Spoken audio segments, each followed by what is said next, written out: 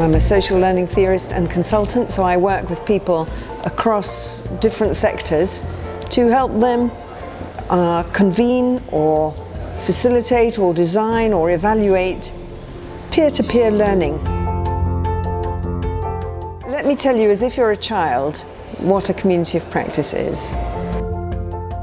It's a learning partnership between people who care passionately about something and want to make a difference, and they learn from and with each other's experience as to how to get better at doing it.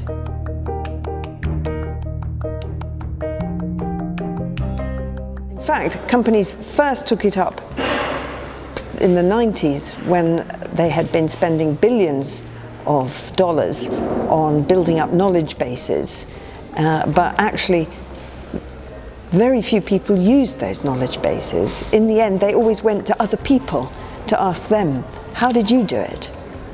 And so community of practice became a way for them to channel some of the energy and make the most of the knowledge bases that they'd built up.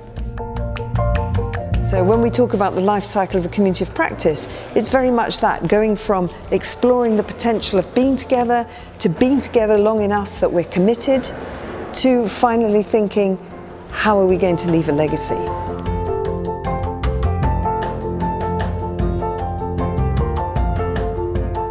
It's not essential to do it as roles, right? But what we have noticed is that communities of practice that reach maturity, right, and function very well and productively, pay attention to certain dimensions. Having noticed these dimensions, what we do when we work with community of practice is we make them into leadership tasks. Either the facilitator does it, puts an end to the domination of voices, or people go home thinking, well, I'm not going there again. And so what you do is you give people in leadership groups the legitimacy to intervene in the process.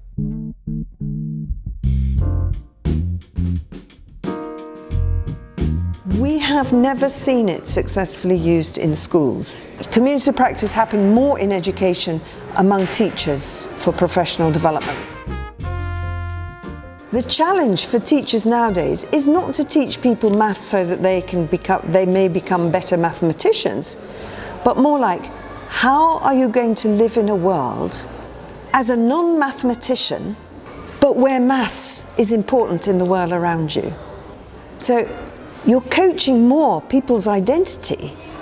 You're coaching people how they're not going to be. So, I mean, there are all sorts of questions that our theory raises about the role of the teacher. And it's not necessarily that they don't have to be there. It's more that the role needs to take into consideration that the kind of things that young people have to live through now have very little to do with what they learn at school.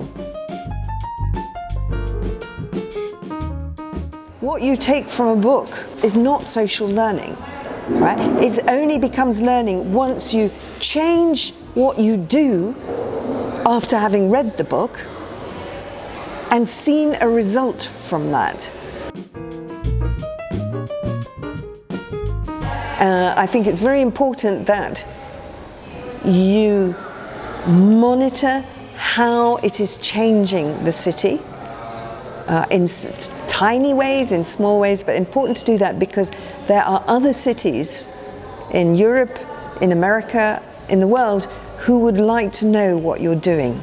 The city plays a huge role in the learning of the people within it.